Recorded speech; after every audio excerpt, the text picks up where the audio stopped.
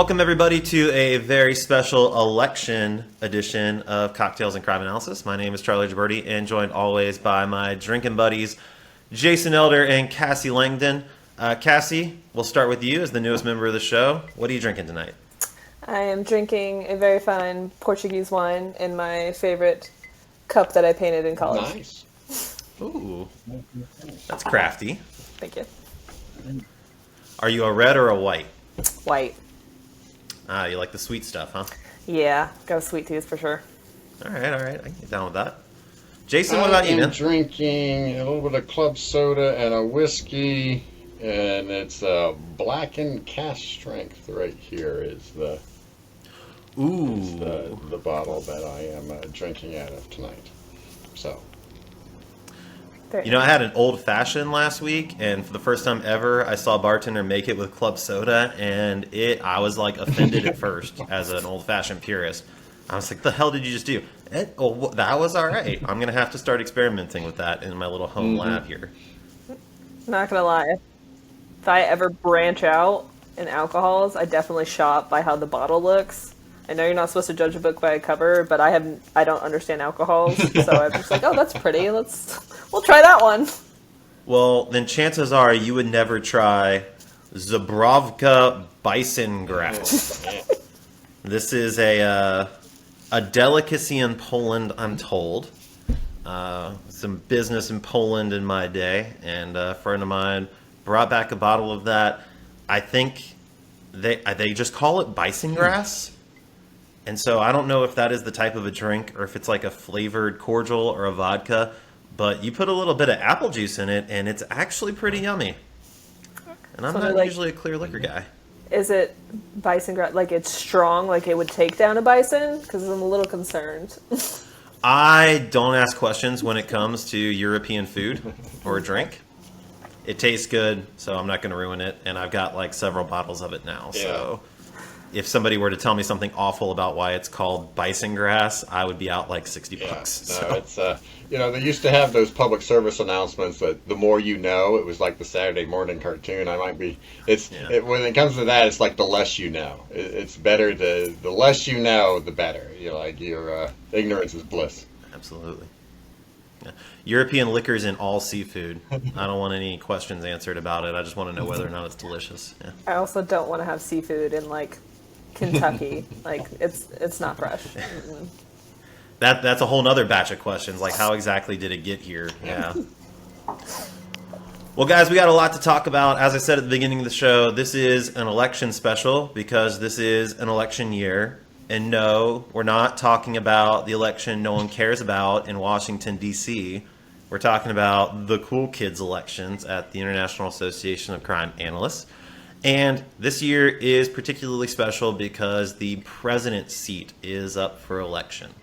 And so of course, the period for self-nomination is not actually open yet. It should be opening, I think, in the next week or two. So we don't actually know who's running yet. The scuttlebutt that I've heard is that our current president, Mary Berticelli, I think I pronounced that right, is not seeking re-election. So, of course, anything could change.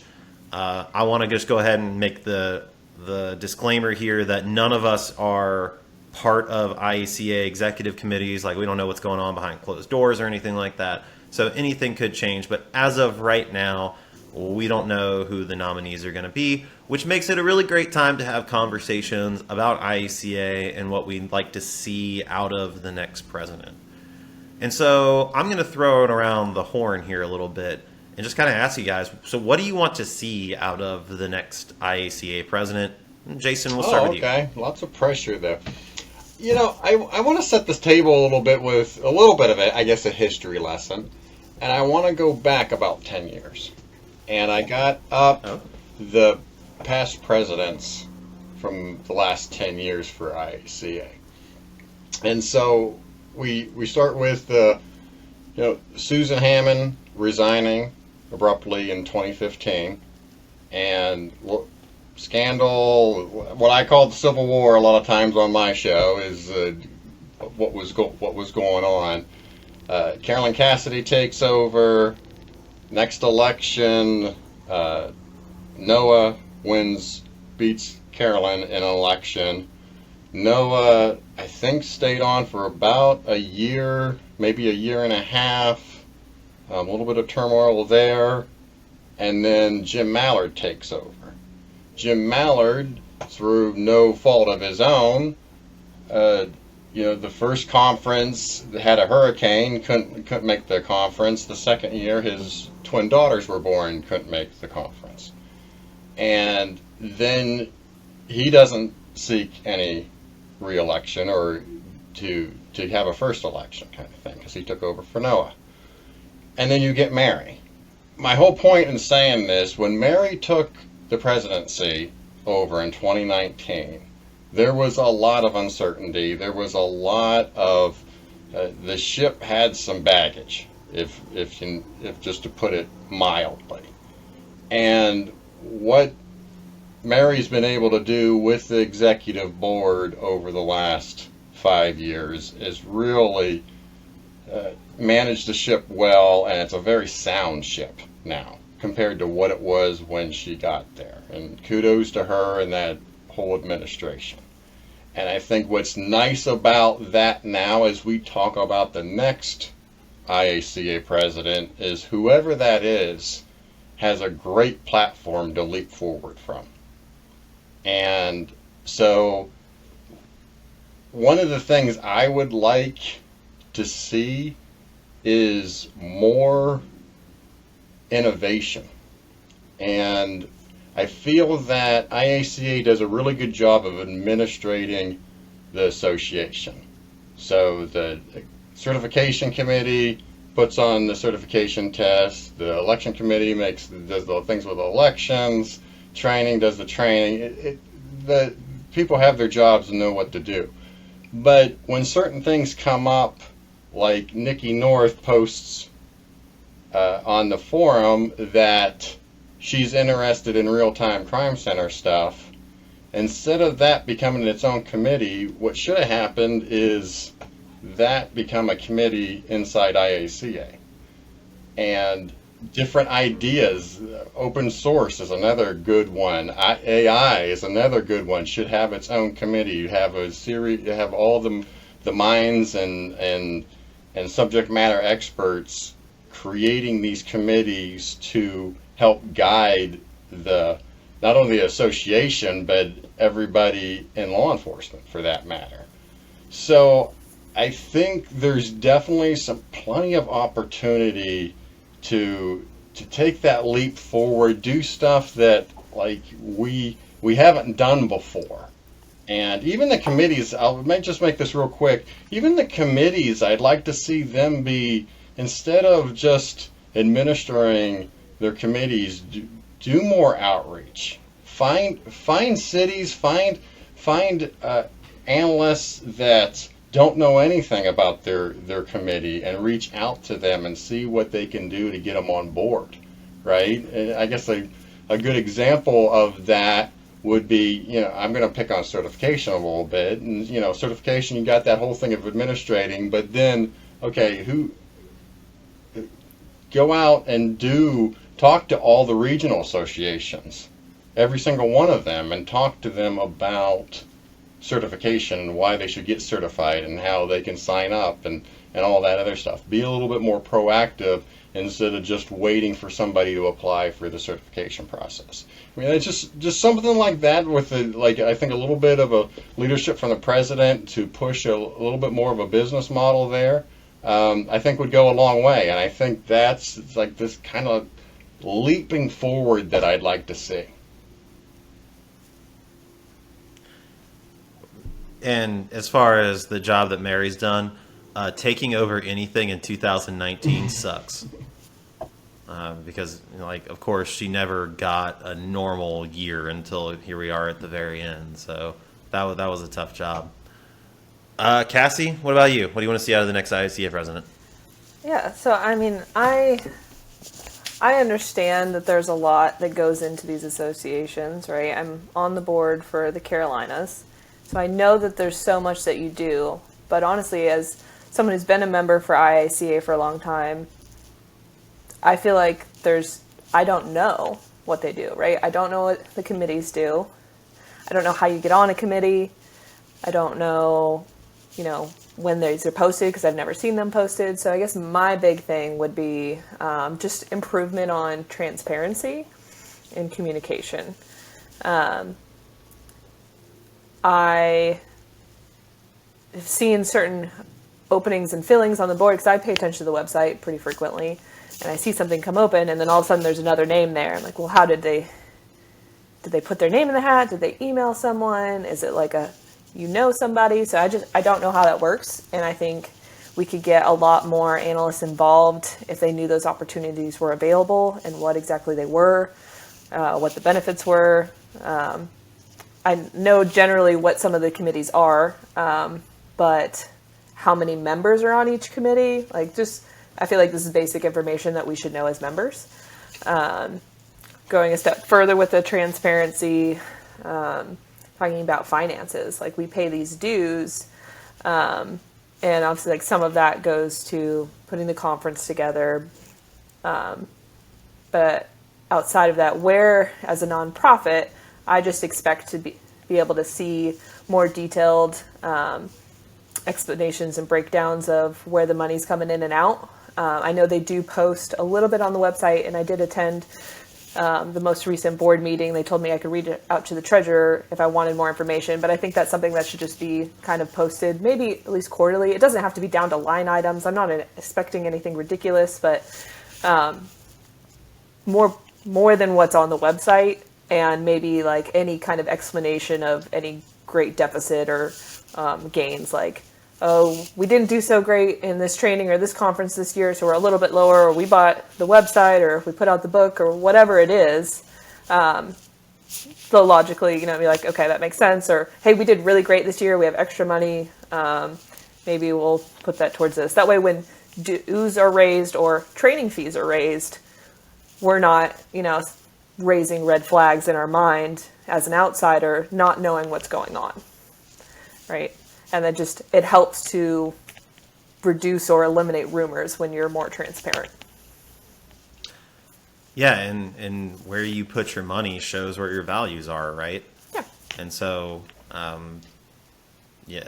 know a couple of years ago, for those of you who've never presented at IACA before, they typically will offer some presenter benefits. They'll be like, they'll waive your registration fee if you present, and they'll give you a night in a hotel. Which not every conference does that. I've spoken at DOTUS and ACFE and some other big ones, and it's just like, well, you just get the honor of presenting. So it's great that IACA does. They changed their policy a couple years ago so that if you are a co-presenter, you get nothing. So you still have to pay the full conference fee. Well, obviously that's going to rub some people the wrong way. They've been, presenting as a duo or as a team for years, and now they don't get this benefit, so they're upset. But then also at the same time, there's, all this outreach. IACA is getting booths at IACP. They're going to the Esri user conference, and there just kind of becomes this question of, well, hold on, what is being spent where and why? What is the benefit to the association by putting money in sending board members to other conferences and signing people up, as opposed to making presenter packages for the conference more and more competitive to get a higher class of presenter to make a better conference? All of those things, I think, and I'm not saying I know the answer to any of that. I'm not saying that the way that they spend money is bad or anything like that. But as somebody who is really involved and wants to understand how IACA works, I think that those are fair questions to ask and to have answered.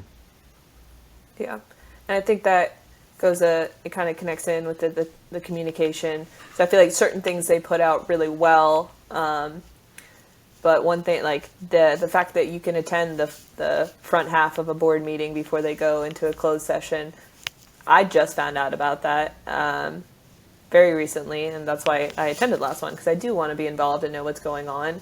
I don't think that's put out to the members very well, so I think that's something that could be improved on. Maybe it is posted somewhere and I miss it. If it's in the forums, it probably got lost. Yeah, I think it is in the announcement. I can't remember. Is it monthly or is it quarterly? I want to say it was quarterly, because I think I attended the one in March, and you probably attended the one in June or July or whatever it would have been. Yeah, I do know that that there's the announcement section on the forum that's supposed to say when that that executive board meeting is, and it is open to any member um, to, to sit in on. Like big things like that, I think would be good for a social media post, a LinkedIn post. Like, hey, we want our community to be actively involved and make sure they see this. That way, if they're not on the forums, they're still, that's all. I think that we're almost getting to this historic sort of inflection point in the crime analysis field, where it was like, you go back 20 years ago, there really weren't crime analysts. Like, of course, there were people out there, big departments, but I don't know at what point you would say the crime analysis field was like a tangible field that people all across the country could consider going into, but it wasn't 20 years ago. And so the fact that this association has existed since the 90s is pretty astounding, in my opinion. The fact that there was an association, the fact that they have a textbook, the fact that they have an annual meeting, all of those are kind of like big achievements for the first generation. I feel like the crime analysis field in general has been hitting this really frustrating ceiling where we still haven't really fully accurately defined what a crime analyst is supposed to be able to do, the impact that they're supposed to have, and then start to put a standard in place. If you go around to a whole bunch of different police departments and ask, what do you do all day? You'll get a million different answers. If you ask police chiefs, what is a crime analyst supposed to do? You'll get a whole bunch of different answers. If you go to academic institutions and you take their crime analysis classes, that runs a really wide gamut. And so, Jason, like at the beginning of your show, Law Enforcement Analyst Podcast, you talk about defining the analyst profession one interview at a time. I think that there needs to be a president who's going to step forward and they're going to more clearly define what a crime analyst is and what they should be able to do. I think that starts with identifying what are the hard skills that every crime analyst should have. Day one, coming out of college, coming out of a training program, coming out of a certification program. We on this show a couple weeks ago, we were talking to Chris Bruce. And Chris talked about the lack of knowledge of working with relational data and how we don't train crime analysts how to do that. And he's right, we don't. If you look at the Exploring Crime Analysis textbook, we've got chapters on multivariate analysis and Morin's eye spatial autocorrelation. There's stuff in there that you could be top of the field crime analyst for 20 years and never touch. And then there's one chapter that's kind of like data management, almost kind of like it's sort of like it's a niche, or it's like one little thing over here, but like that is the core of what we do. And we don't train crime analysts to be able to walk up to a database and go put together comp stat or put together shoot reviews or implement intelligence-led policing. They all need a vendor. They all need an IT person. There's all like we've kind of taken that other step and said, here, somebody else have it. And I think the result of that is AI is coming for us. That was the point that Chris made that I thought was so great. Was I don't understand how this field survives if the lay crime analyst is just doing some admin reports manually every now and then. We've already seen real-time crime centers, which I feel like are much more well-defined in terms of what the workflows are, what the skill set is, what the expectation is, what the benefit to the department is. It's so much more well-defined. And we're seeing crime analysts, all of a sudden they were doing strategic or intelligence analysis, and now they're being asked to move into real-time crime centers to do that. And so that's another threat to the field that we're going to have to deal with. And in fact, the real-time crime, as you mentioned, Nikki North, who, by the way, is an absolutely fantastic human being. I love her to death. She's done a fantastic job with the Real-Time Crime Center Association. But it is a different profession. And it's already more well-defined than the crime analysis profession. And so I would like to see somebody take up the presidency of IACA and say, here are the ways I'm going to do this. It's a boot camp. It's a training program. It's a manifest. I don't exactly know what it is. It's Jason, you were kind of touching on this idea almost of like IACA professional services or IACA SMEs. The International IACP has crime analysis SMEs. There's a million grant programs that have crime analysis SMEs. I don't necessarily know that IACA has anyone you could go to and say, hey, I'm standing up a crime analysis unit in my police department. I don't know anything. What are the steps? What do I do? Walk through me. Walk me through this. Maybe they do. I've just never heard of it. But I would like to kind of see IACA begin to step forward a little bit more and say, this is what a crime analyst is, this is how they should be trained, and this is what they should know. Yeah, I think there's a lot to unpack there. Because I think some of that gets outside of what I think in a way the IACA president can establish a steering committee. They can come up with that answer, but at the end of the day, what those 17,000, 18,000 police departments do with that is going to be up to them. And I feel that there's a reason why the analyst profession is all over the place, because there's multiple needs and there's multiple personalities filling those roles. So you get somebody that really likes data, so they get more into data management in that role. You get somebody that likes to put together puzzles, so they're more, I'm investigative support. And then there's other people that like, you know what? I want to fix this problem in our city. So they get into problem solving. And so I just feel like between the personality and the kind of the analyst being that free radical that's not defined by a standard operating procedure, you have this thing that's hard to nail down.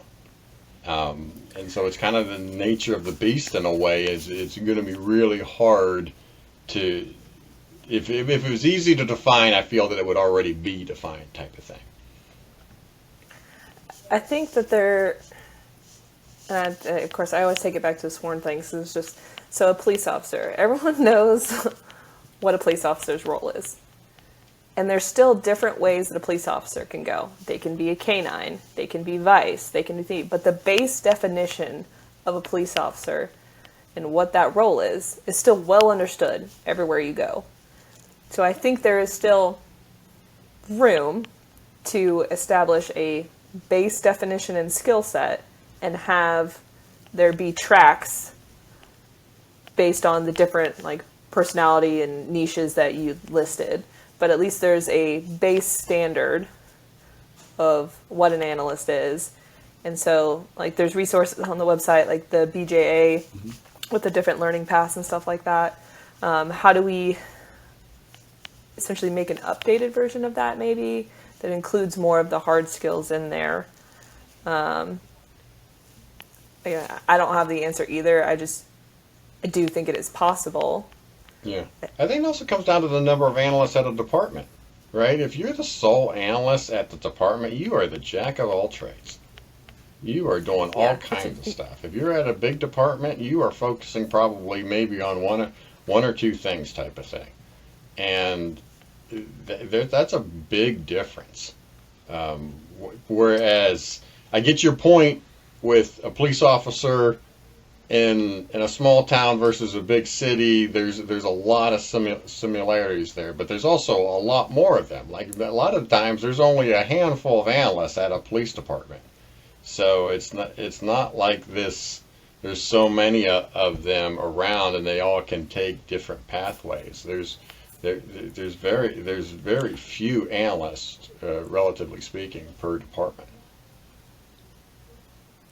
But I think the fact that you could be the sole analyst speaks to why everyone needs to have a core skill set. Because if you're the sole analyst and you don't know how to pull data, then data doesn't get pulled. And then there becomes this problem of, well, what do we do with this person? We wanted to do data-driven policing. Call it intelligence-led or problem-oriented or stratified or whatever, but we brought them in to be an asset to do that. They can't. So now what do we do? Well, maybe we have them do case support. Maybe we have them do the annual report. And that's how crime analysts slide into glorified secretary roles. And then they, I don't want to get them on a soapbox here, but they go to a local university, they go to a training, and they're just like, well, what skills do I need to be this successful analyst that can do it all? And I don't know that there's anybody out there that's giving a cohesive answer. You know, there's a certification program through IACA. A lot of it's very definitional. It's like, what is the difference between intelligence-led or strategic analysis and tactical analysis or whatever. I don't know that there is one place where it's like, here are the hard skills that you need to pull data, make a dashboard, make a link chart, make a suspect workup.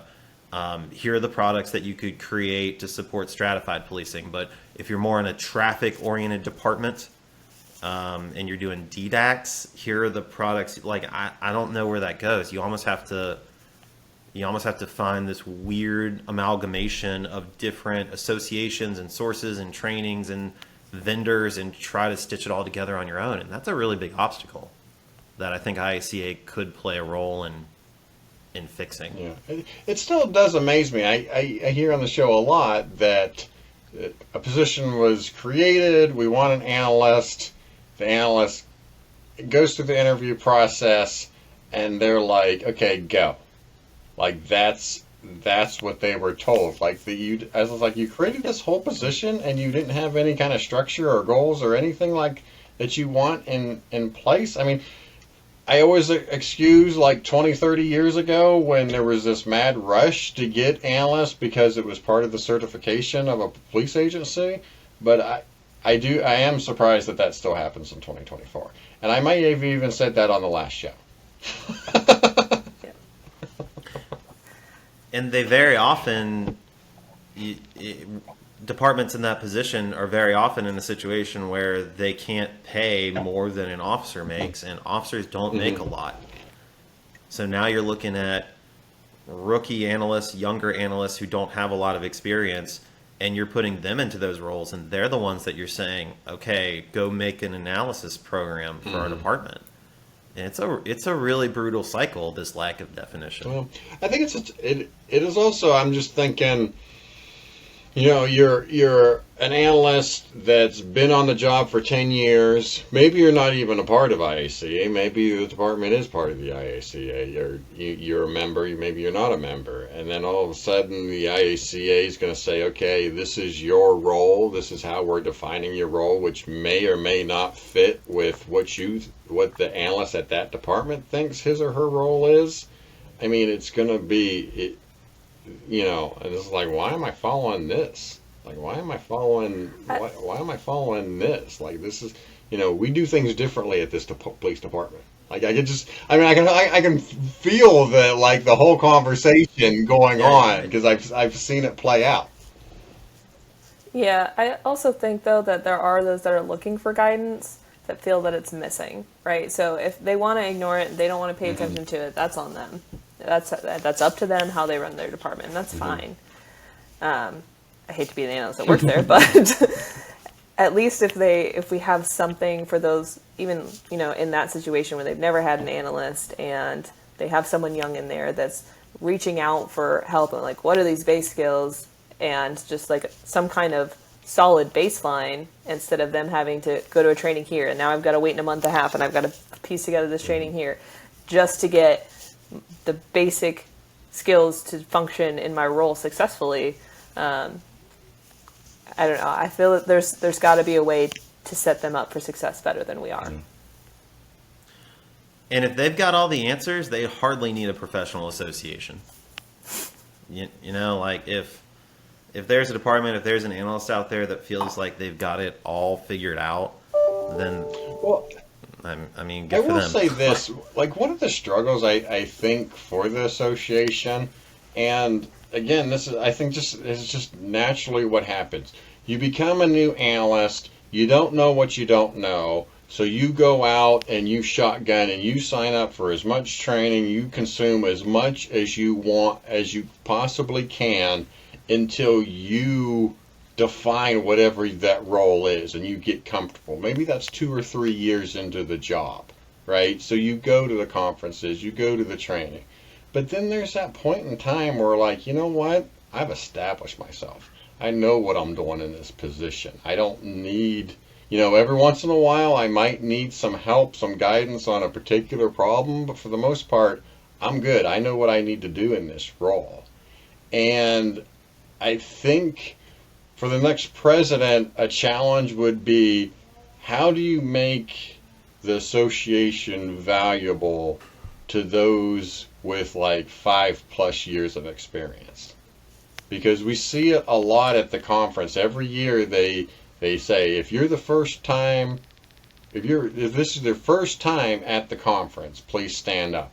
And it seems like it's half the crowd. About half, yeah. And I've said for years that I think that's not a good look, that the conference doesn't get more repeat customers. Now, if you would also take those people that aren't first timers and are not on a committee where they get some kind of financial benefit to get there, then what percentage are you talking about in terms of those that are repeat customers to the conference, right? I think that is a really tough challenge of like, okay, what does somebody with a little bit of experience get out of the IACA conference? Especially, and I'll say even further, maybe even once they're past certification, because you could say, okay, well the next step is certification. Well, once you're past certification, then I guess the next step is that you're giving back, and then now you're teaching and you're doing all that other stuff. But that's not for everybody, and there is that plateau there. I think there is that void there of like 5+ years of experience. What are they really getting out of the IACA? Yeah, I think you make a good point there. And there's actually like research studies done on various career types and how the 5 to 10 year is kind of that employee. They either burn out from that career and switch, or they stick through it, to the end. But that's a very vital section, that 5 to 10 year period. So how do we maybe address that specifically? And I think part of that is having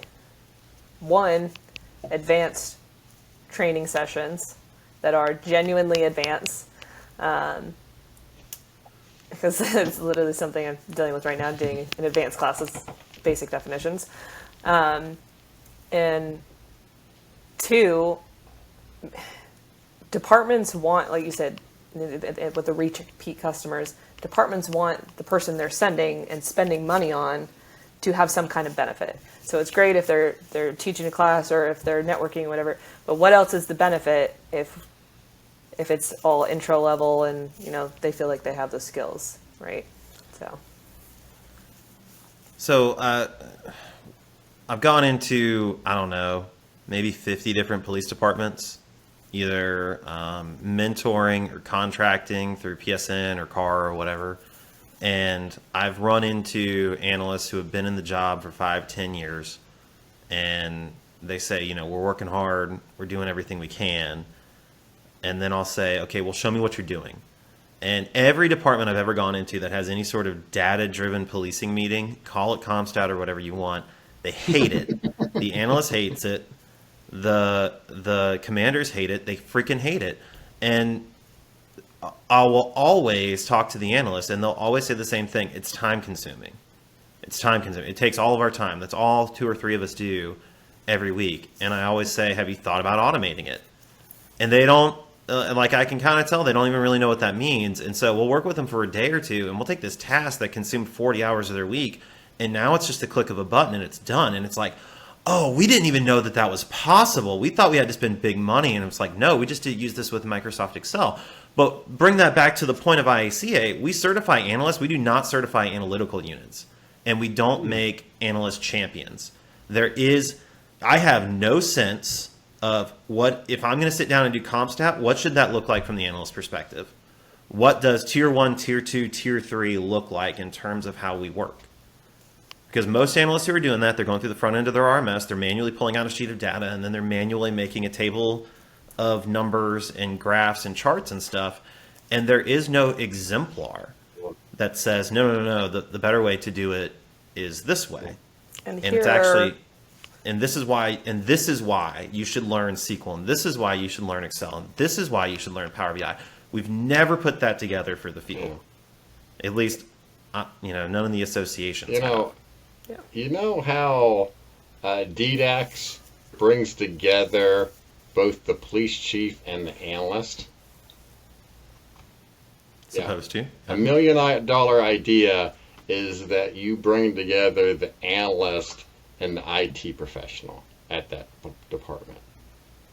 And that's what you work out the data issues that way, because there's always going to be that, like, the analyst only knows so much in terms of regulation, admin rights, so on and so forth. But that IT staff member, he or she's going to know everything about the rules and regulations of the data at that department. Yeah, but as the analyst, you should also be the SME of your data, right? And I will all day battle IT when it comes to my data, and making sure as a second barrier that we are, it's being put out correctly, the right people have access to it, it's being, the way it sets and functions. I've had being brought into meetings when we're getting new programs that just happens to involve police department data, but it's not necessarily going to be a police department product, and having to be me sit in there, because even IT doesn't know what's in these tables and what is public information and what's not. Like, that's my data, right? And so, again, that has to deal with my skill set and having those base analyst skill sets and knowing my data and the relations to them. And I feel like some people are missing that. And even this conversation that we're having right now about IT, all of it speaks to a lack of definition of what a crime analyst should be able to do and what they should be doing in a police department. Because you talk to police chiefs, some of them are going to tell you that their RMS has these canned reports and that can be their crime analyst. In some cities, the IT, when you say I need data access, they go, no, we'll do that for you. We'll be your crime analyst. No, some think their vendor is going to be their crime analyst. They're going to pull their data and they're going to make visualizations. And all of that speaks to, no, we don't know where the skill set of the crime analyst should begin and end, and where the skill set of the IT person should begin and end. So there's these little fiefdom struggles all the time in police departments. I can tell you 50% of the time dealing with an IT department is just fine. A lot of smaller agencies even contract it out. When they do, it's always great to work with them because it's like not their kingdom. It's just like, yeah, you need connection data, whatever. The other 50% of the time, the IT department is the biggest, strongest member of the crime analysis prevention team. They want to do everything they can do to make sure that you're not pulling data and you're not analyzing stuff. But at the same time, we don't train IT people to do data visualization. We don't train IT people to be data analysts. They think that they know some coding and they know server maintenance and they know cybersecurity and they know some stuff like that. So it's like, well, we'll do that for you. No, dude, that's where your skill set ends. Yeah. But we don't know what skill set crime analysts have. There is no standardized expectation like there is when you even get hired into an IT role. So these problems come up, and it's ever present in the crime analysis field. I mean, back to my original point, I would like to see some kind of data management committee or working group that would come together and flesh out those things, make recommendations, teach classes, all that stuff. To cover that. Your idea of whether it be a committee or whatnot connects with, looking at what are the smaller regional associations doing that could be essentially adopted into the bigger format, like working groups, whether it be like IACA has EPG it's the Emerging Professionals Group, and they specifically work with those, not necessarily young analysts, but like new under 5 years in the career. And then, CCA, we just started a Power BI users group, and we're meeting once a month to hone those skills. And so there's a lot of opportunity in these different skill sets and different areas that could be bigger, outreach.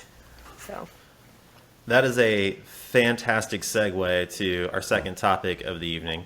So we kind of talked about what we'd like to see out of the next IACA president, the direction we'd like to see the organization go. All of us obviously have a special place in our heart for IACA because we don't do a special episode for any other conference, but obviously we also cheat on IACA all the time and go to other conferences, other associations, other fields, stuff like that. So, Kassie, well, you started us off, so I'll let you continue it. What practices have you seen other conferences, other associations do that you'd like to see IACA incorporate? Yeah, so at conferences specifically, I loved how we incorporated the vendors last year, doing the punch cards, and we did steal that from another association, and I wish I could remember which one to give them credit. Whoever you are, feel free to send us a message. I apologize. But the vendors pay to be there, and they're sponsoring these networking events and providing us food and kind of the fun portion of it. And so to be able to actively engage with them in a way that was beneficial for both the attendees and the vendors, I think was great. And then the second part being the students, because student mentorship is very big to me. I think it's really important as this next generation of analysts come in that we help them be set up for success. And that's partially because when I got into the field, I felt like I had no idea what I was doing and had no one to guide me. It's through these, different associations that I've been a part of that I've been able to get to my skill set and feel comfortable and have a network that I know I can turn to. So helping them do that from the beginning and not struggle through several years first, I think is huge. I don't know if I have a good answer for this. My reckless answer is part of me thinks I would like to see the whole conference, the whole idea blown up and just work up from scratch and come up with something totally different. Seriously, Jason? No sessions, none of this presentation. Just come up with a whole new idea for a conference. But that's obviously, I said reckless, and that is reckless. Well, we gotta dive into this. So what makes you say blow it all up and start over? You go to these conferences and it's the same everywhere you go. It's the same. Okay, there's going to be sessions, and there's going to be the same sessions, and sometimes it's the same stuff, and it's because we talked about it. You could literally teach the same conference from one year to the next because half the people are new to that conference. So, I mean, I just feel that in a way is there a better way for us to exchange information and network and to come home with something to implement other than this? Okay, here's 5 tracks, all lecture based, and that's how every conference has been since I can remember. It's not even anything different. That's by definition the conference. And I just, something different, a different format to open it up and say, okay, if you were building this from scratch, what could you do differently? How could you make this conference the most unique conference ever?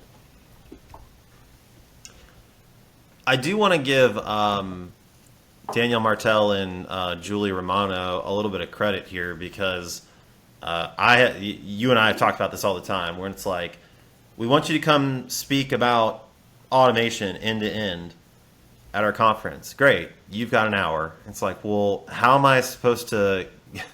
how is anybody supposed to sit down and learn anything at that point? We're doing, I met with Danielle at last year's conference, and I said, I've got some ideas, but I would really like to see almost like a master class approach where it's like, we're going to take you from zero to really knowing your stuff while you're here. And we did it at CCAA. We did a 4-hour-long automation session, and IACA, we're going to do a 4-hour-long Power BI session, all back to back. And I know that they've done that in the past with, I think Chris Bruce did like a SQL sequence last year. It was maybe 2 or 3 hours. So, yeah, I've seen them make some changes to the format a little bit. But at the same time, I kind of see where you're coming from with this. And they've also made an effort to reach out to people who have not presented before. And I do really like that. That being said, if you are going to say we want new, we want different, we want more voices coming in, you also are going to have to kind of tolerate that some of those people will have never presented before. Some of them might never present again. One and done. You know, like that's part of the conference, but at the same time, like that's what an association should be. It should be a platform for people to go out there and talk about what they're doing. You know, another idea that I have, and it just based on what you just said, like we have vendors that have tables. And what if we had units that had tables and they showcased everything that they're doing at that unit? I think it'd be fantastic. Right? And because the vendors only go so many days, so like the vendors would still have their space so many days till Wednesday, and then maybe Thursday and Friday you set up a unit, and it's the unit that's talking about all what the unit has done, all what the unit has accomplished, and that people get an idea of whatever all these other units are doing. Yeah, I feel like that could be expanded too. It's kind of like an expanded version of our student poster session, right? Like you could have the first day before the vendors are there in a section, the students, you know, that are able to attend the conference, right? Because they get the discounted rate. They could put out their research, and then the Friday when the vendors are gone, the units do a thing and they put out their stuff. Oh, kind of both sides gets a use of that space that you're already paying for anyways. Yeah, absolutely. And that kind of fills that space, and it might actually make people stay longer, because I sometimes feel like the last couple of days people kind of trickle out because it just feels so empty in there. Yeah, Especially Friday the morning. last day does always kind of Friday suck. morning is that's you man, you don't want the Friday morning time slot, right? Especially in Vegas or New Orleans, like everyone burns out so fast the first 2 days. Like everything after that, not happening. I have always thought, so like every conference is fueled by vendors, right? And vendors want to go there to meet potential customers. And so every conference is always trying to figure out how do we encourage engagement with the vendors. And so IACA, as someone who used to be a vendor, does a really good job with this. Well, they'll put like the snacks in the vendor hall and stuff, so you have to like walk through there in order to get snacks. I've always thought, wouldn't it be cool to have sessions where you have vendor throwdowns? So like you find 2 or 3 vendors that are in the same space, right? Like Power BI and Tableau, and they each get to come up and they share the stage and they talk shit about each other, and maybe it devolves to that. Or I guess if they're being professional, it could just be like actual critiques of the other person's weaknesses and discussions about their strengths and stuff. I would watch that. Right? Like I had no interest in going to a vendor presentation ever because I know they're going to be salesy. I would be front row to watch, like, I don't know, I2 throw down with Aura or Esri and QGIS. Like, absolutely, let's have it. And honestly, I know, like, I've actually brought this idea up before, and everyone's like, no vendors would agree to that. I think some vendors would agree to that. I think they would. Definitely get somebody asked me, it was like, well, when you were with Data Walk, would you have, like, done that with I2? And I've always said, like, well, I don't really think I2 is a competitor of Data Walk, but, like, if Palantir wanted to get on a stage with me and let's talk, yeah, absolutely. I think that'd be great. Yeah, right. I always, you know, it would be interesting if you have the vendors there and if they would be willing to use the IACA conference to announce their next big idea. So it's like a Disney D23 type thing, like that's Like the Apple conference. yeah, like this is like there's this big announcement that's going on, and we're going to do it at the IACA conference, and it's like, and there's just this big announcement of what's coming for that particular vendor or a series of vendors, right? Like it's an exclusive announcement type thing. As they're talking trash to one another would also work and like would just like WWE style would increase all the anticipation of the big announcement. I think the vendors that would be willing to do that would be more memorable to the analysts when they go back to their department. They're going to know the pros and cons of it. They're gonna be like, hey, I watched this presentation, and yes, it may be missing this, but they have this, and this. versus I went to 50 tables and I've got some business cards and some of it's fun swag. I mean, I've got a police rubber duck. It's cool, but Fidget like, spinner. yeah, I got a fidget spinner. It definitely would sink in. It's like those really bad commercials that you're like, God, that's so cheesy. But you're not going to forget it. You remember the company's name. Like, I know J.G. Wentworth, okay? Oh, like a Same idea. green screen, and they got to film a commercial for their product. With Live action.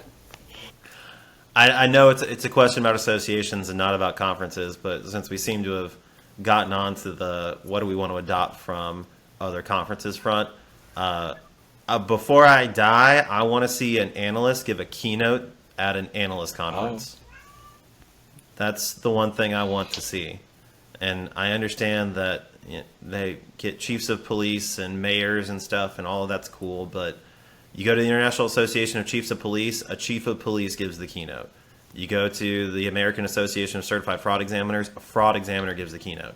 And it's just one more way in which they identify who is the best at the field, who are the exemplars. And for whatever reason, and it's not an IACA thing, every analyst association that I've ever been a part of does it. I would just really love somebody to say, this is the guy that we think is top of the field, and we want to hear what he has to say. I will say this. I made that recommendation years ago, and I'm taking full credit for the idea that the IACA did it one year. They had Sally Rawlings and Mike Winslow both talk at the paid, the was that in California? Paid luncheon. It couldn't have been because I didn't go to the California conference, so I'm not sure which one it was. I guess maybe Bellevue or the one in Colorado. And the only thing, so it was a great idea. It worked out well, but they had them present while everybody was still eating. So you can just imagine clanking of the plate over and over and over again as you're trying to listen to their stories. I mean, they were basically giving analysts Some plastic cutlery would have saved it. Actually, just giving analysts badge stories up there, which is great, right? But it was really good. But it was a really good idea. But that because they had them present during when everybody was eating, it just was not very, very well executed. All right, so real quick, bringing it back to the presidency, the self-nomination phase is going to open up here in a couple weeks. As far as what the presidential campaign process actually looks like, Jason, I know that you have all the candidates one-on-one on your show, but other than that, there's not really a formal process, so to speak. Some of them give out stuff at the conference or whatnot, but what steps would you guys like to see during this election process? Where are the rules for the campaigns? Because I looked at the bylaws recently, and it's like 3 lines, not specific. So what are the rules for campaigning? I do know. So they will be on. I don't know if there's an election page on the IACA website, but they are pretty restricted in terms of like what they can and can't do. There is a series of rules. I don't know if they're in the bylaws, but there is a series of rules, and I do know that they go out of their way to make sure that the candidates have an equal playing field. And while I admire wanting that, I think it doesn't allow the creativity and the true campaigning that I think really could somebody should be, if they're willing to put through the effort to do, they should be allowed to do it. Yeah, I understand minimizing things for ethical concerns, but if it's past that, then why is it there? I guess maybe, like you said, they're trying to do it equitably. I don't know. I feel like when you're posting that it's going to be open, you should know what the rules are for campaigning before this procedure opens. Like, that should be publicly facing on the website. Like maybe it's like you put in your name and then they email you the rules, but I feel like you should know that ahead of time, like what you're getting into if you're putting your name in this hat. So real quick perusing of the IACA website, in the bylaws, looks like section 5 is about nominations and elections. It doesn't list anything about what candidates can and can't do there. However, it does reference that there is an election committee, and they're allowed to determine policies of the election committee. And so We should have access to the policy. Again, the transparency thing. This is my issue, the transparency. Yeah, and I mean, we have this beautiful website committee has their of own resources. Put it in Each there. committee has their own charter with their own rules. I don't believe that is made available. But I do know, I mean, I was a committee chair, so I know that I had to write an annual charter every year. So I know those are out there, but I do not think they're made available to the membership. Well, there is also a policies page. There doesn't appear to be a policy that will talk at all about election, what is okay and what is not. And so, and again, that's just 2 minutes of me clicking around on the page. But I think Kassie is right. If they're going to the event and telling some people that they can't hand out a button or a shirt or whatever, I mean, that should be somewhere. That should be easy to find, and we should all be able to read it and understand it ahead of time. So yeah, I just think that it's I don't know. I mean, I don't know if that's coming from like they had a bad incident and they were trying to compensate to let that never happen again. I just know that there just seems to be a lot of rules over what a candidate can and can't do in terms of campaigning. And I think I'd like to see that eased up a little bit to let a little bit more creativity and personality of the candidate, for that matter, to come out and do things that we've never seen before. Yeah. I'd also like to see like a kind of two-phase portfolio. One, like references essentially that speak to the person's not only work ethic, but their analytical abilities. So I want whoever's running it to know what they're talking about and just be knowledgeable in general, I guess. I don't want someone up there like, oh yes, I know crime analysis things because I've had that title, but not actually know the skills, hard or soft.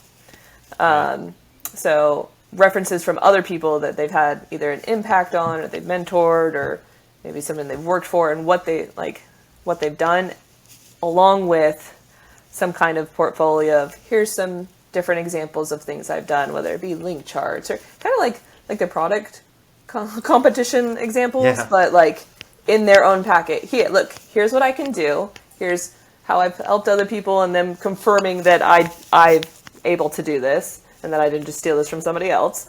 And just a nice little get to know them in a packet.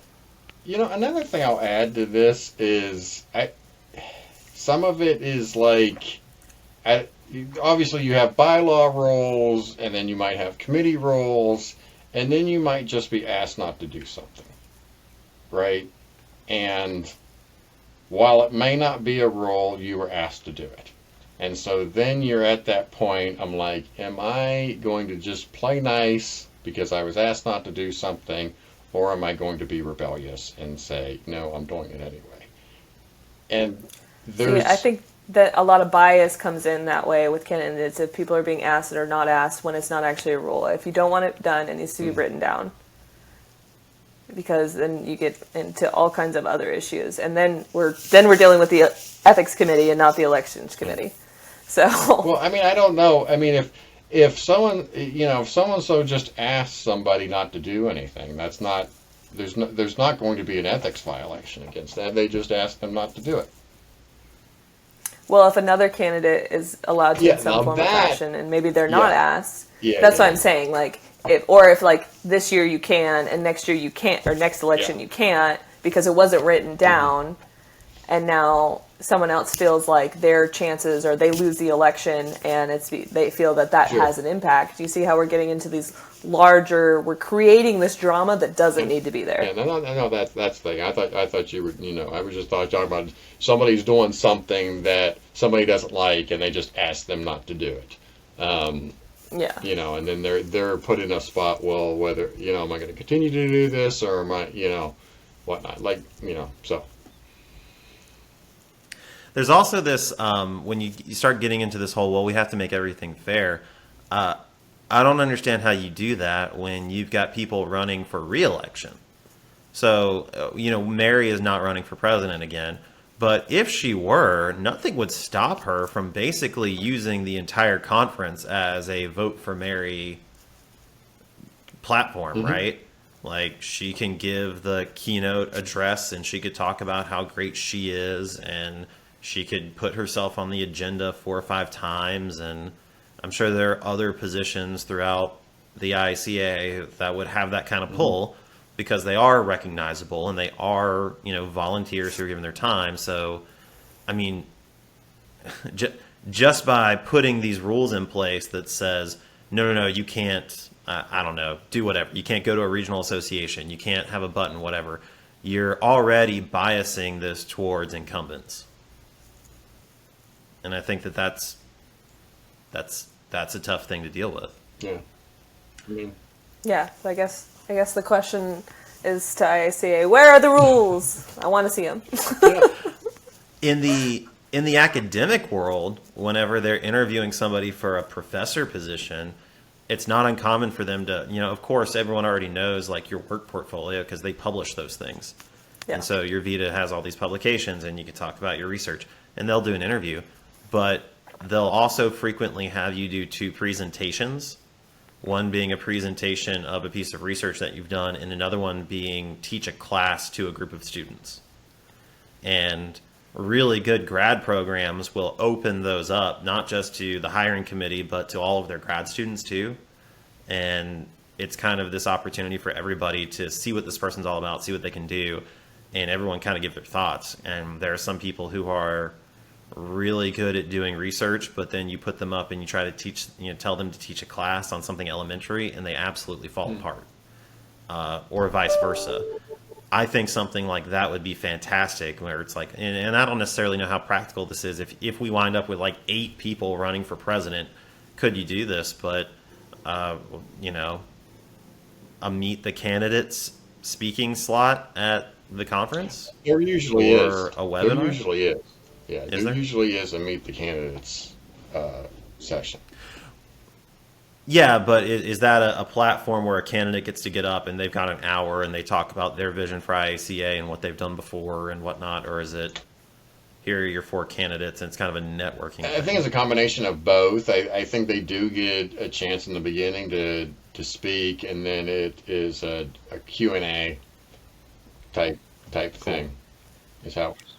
Well, since they already do my recommendation, I'm going to go ahead and put out the open invite to anybody that's got the guts to run for IACA president.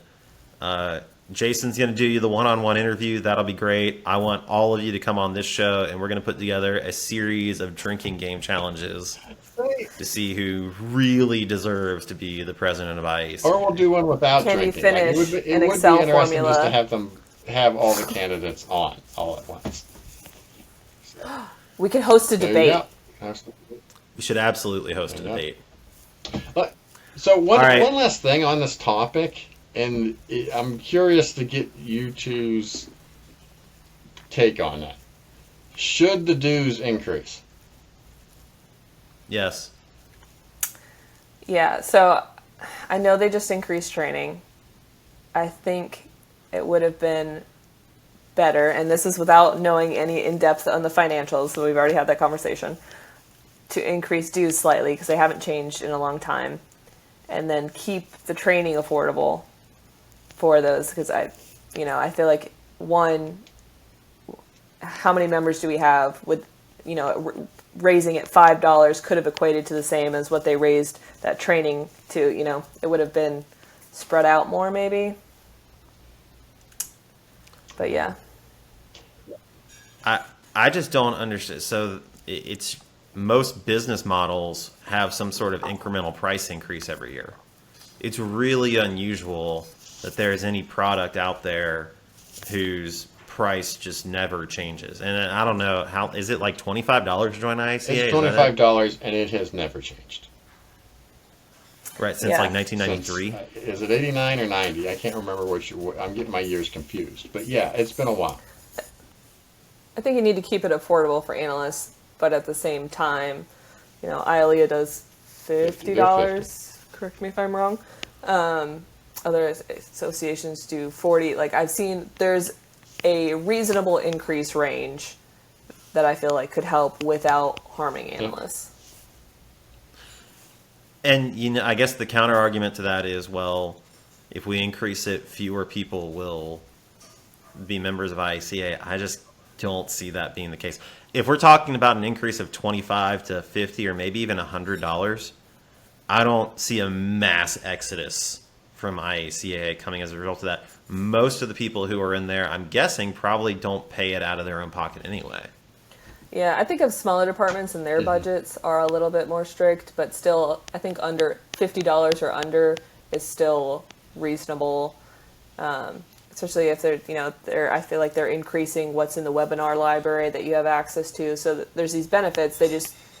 Maybe it needs to be better portrayed what all the benefits are. It's definitely worth it. Yeah. So we'll wrap this up with this little tidbit. So we did do an election last year. The presidency was not up. The email that IACA sent out, 5.5% of the eligible voting population actually voted. Compare that to like the U.S. election. I actually looked this up. I was actually kind of surprised that over 50% of Americans who are eligible to vote voted in our last presidential election. And obviously, it's not quite fair to compare the VP of membership or whatever to the literal president of the United States. So, like, I understand that that's not exactly fair. But at the same time, it takes you 10 seconds to log in and vote for IACA. So what do we do to actually get more people off the bench and into the game? So, Kassie, you want to go first? You want me to go first? You go ahead. So, getting back to more of a business model. Like every time you interact with a customer, you're trying to upsell them. So every time that there is an interaction with a member, there should be an opportunity to vote. So at the conference, you should be able to vote not on the website, paper ballot. If somebody wants to vote paper ballot, they should be able to do so. At all the regional associations, I would encourage all regional associations to hold meetings during IACA election voting period, and that there should be an encouragement for all the regional associations to vote for IACA in the IACA election. And that, if it's done in person, should also have the capability of doing a paper ballot. And again, any time that you're dealing with a member, there should be an opportunity. Oh, by the way, do you want to vote? Here's the ballot.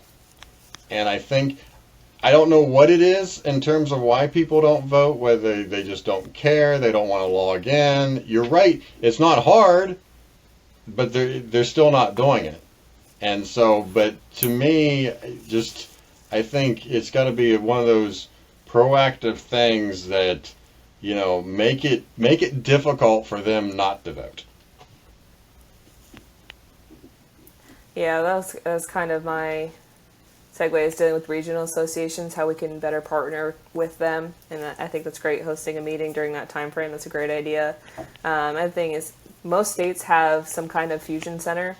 How do we partner with those as they usually distribute, whether like officer safety and different fellows through the fusion center? How do we put something together and figure out the contact for all the state's fusion centers and have them push it out?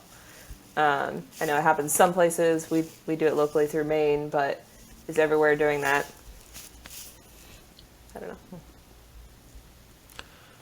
Well, it's going to be fun. I can't wait to see who throws their name out there. Jason, I can't wait to see you sit down with them, see what's going on. and see how the direction of IACA might change in the next couple months. But we will, of course, do our part on the show. We'll keep drinking and speculating wildly about all of this.